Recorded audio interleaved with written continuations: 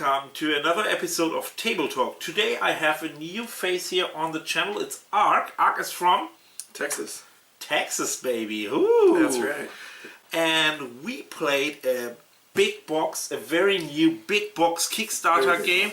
It's called Living Planet. It's right now in fulfillment. And yeah, we wanted to deliver this first view of this game to you here right now. We get this first copy. We're very proud that we got that early on, and we just wanted to give you our impressions of this game. Yeah. I would like to start with the components. Ark, can you say a little bit about the components? I think the components are very interesting. It's like a Euro game got a makeover and a facelift, so to speak. Some of the components are extremely good and very pretty, and regardless of whether you roll them or not, they're really nice to look at. And some of them, I'm kind of like, am I looking at an alien or am I looking at a space vehicle? I'm not sure. But overall, for a Euro game, I'm fairly satisfied with the components, and it's something nice to look at and not so boring and drab like what you normally get. I have mixed feelings with the components, to be honest. The dice are outstandingly good. Yeah. The size of these hexes are really good. They have dual layer boards, so some are really good, but the wooden components are tiny, fiddling, so that's not my preferred one. The credits looking good, so it's a little bit of mixed feelings on the components. I would say on the lower end of high quality. Yeah. I'm with you there. Okay. I would like to go a little bit into the rules, just a brief overview that the viewers know exactly what this game is all about. That's a great idea. And I will start with this tile here. This is probably the most important tile, because the active player has this tile. He has 4 dice. Unfortunately, the 4th one is in here. You have to imagine the red one. So everybody picks out of 6 cards a bib number. So 1, 2, 3, 4, 5, 6. Yeah, easy, right? So you pick that here, in this case, yellow 6. So you put that on a yellow 6. You do that with each of these dice. Then you place them in order, but the active player decides the order. First of all, he decides which player has spot 1, 2, 3, and 4, but also the die goes always from top to bottom. So the first step is to produce. Everybody is producing goods. The second one is actions. We have 6 different actions. I explained that briefly in a second. Then you have a disaster. And the disaster is also attacking or getting to everybody. So the 6 different actions you have is explore, build, move, sell or buy something on the market, take money, or take a fate token which controls later on the dice. That's what you're doing. You're exploring on the board, but in my opinion, the most important mechanic in the whole game is that you set the order, and whatever you're doing here determines the whole round. And the active player is such a powerful part of the game. Sure. That is, in my opinion, the heart. Oh, I absolutely agree. This game is very much about timing, and if you don't time whenever you get resources correctly, or when someone else won't get resources correctly, you can miss out on a big piece of the pie, so to speak, in regards to money.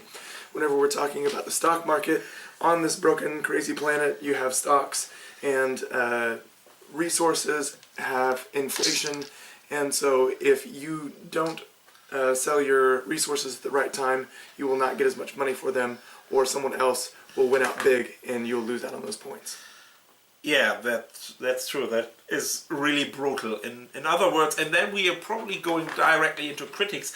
It's also a little bit of unforgiving, in my opinion. So, if you are not really knowing what to do, or if you don't have a real strategy or a plan, what you want to do, it's pretty tough to oversee all the things going on this board. Yeah.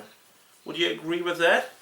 In part, I do agree with that. If you make some unlucky decisions, not knowing how that could affect you, that can ruin a huge piece of your game.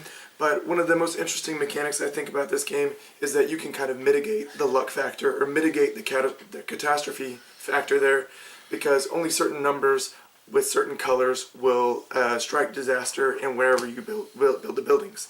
So that can either help you to hurt others or help you to produce your civilization. That's true, but on the other hand, you have 6 cards with 6 different digits on it. Yeah. So at some point, the disaster will happen. You can control when the disaster happens, but you cannot control that the disaster never happens. And if you are not familiar with the game or not knowing exactly what to do or how to protect, there are ways to protect your buildings on it. Yeah.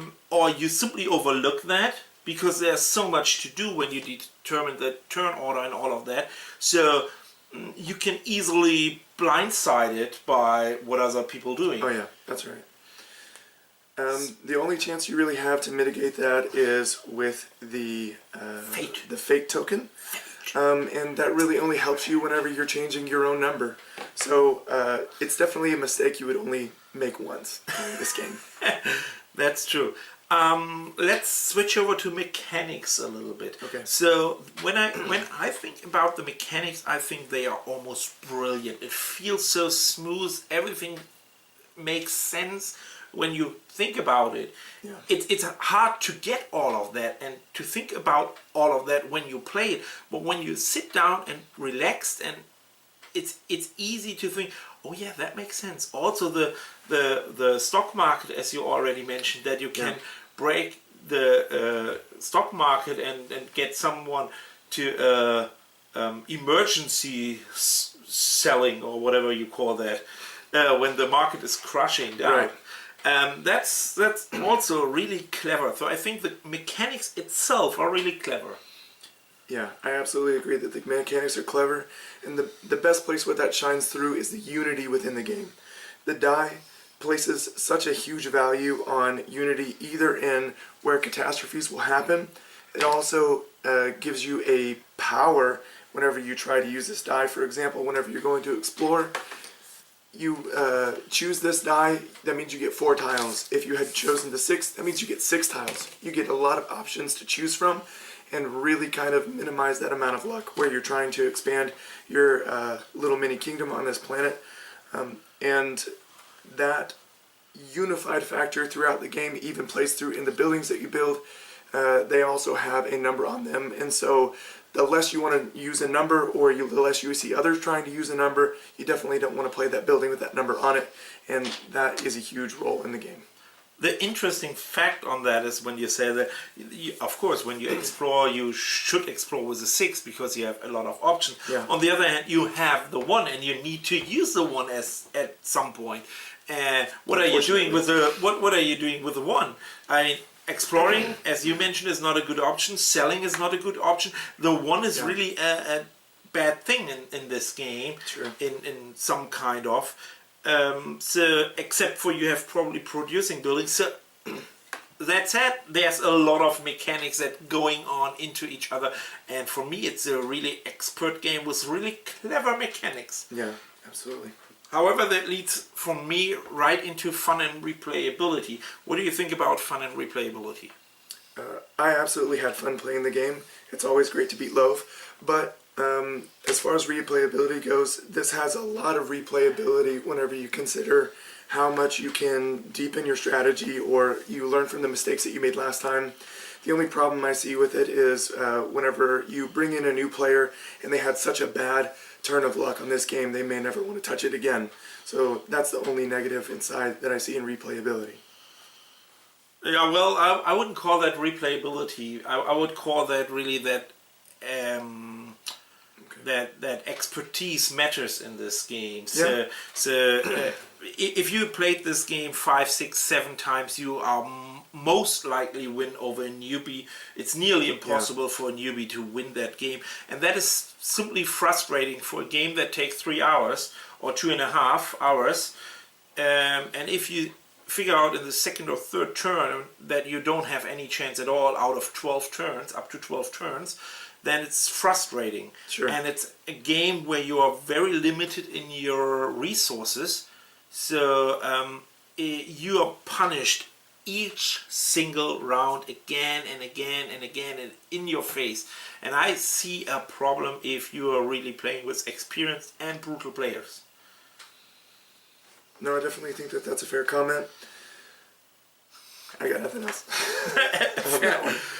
Okay, let's do something different this time. Okay. Who do you think is this game for? Oh, I definitely... Or you can pick a point system if you would say, oh, it's a recommendation, highly recommendation, whatever you want. So go for it. This game is definitely for the person who's interested in the Euro, maybe a little bit in between. So a Euro that jumps out with a little bit of theme. Definitely for someone who plays with other experienced board gamers, knowing that, hey, if experience is a major factor and I have to learn, then I can learn this game through playing it and then play it again and I'll be better. But definitely with a group that you sit down and play games multiple times, even though this may be a hard one to get to the table over and over again, although you do have the dangling expansions right there in front of you, just wishing and begging you to come play it again. Let's make it more complex. Yeah, I mean, I don't know exactly if the expansions are the factor that pull me in. I think for me, the things that I would be triggered by is definitely that's an expert game. I like this kind of game. However, I never have the same group again and again and again, and I think it's frustrating for the people who are not experts in this game. Yeah. And therefore, for me, just for me, I think it not hits a lot of the table just because of that, because there will be always a weak link. Okay. I would say that this wouldn't be something that I would introduce newbies to for sure. Okay. Or people who are not very involved in the hobby. But yeah, if you don't have a group that you could play this with regularly, this seems like one of those kind of games where if you have a group of buddies and you know how each of you play, it would be a great deal of fun for all of you. Yeah. Okay, good. Thanks so much. I would say we said almost everything we can say about this game. I agree. Done. Yeah, that's A Living Planet from Ludically, a brand new Kickstarter, I believe.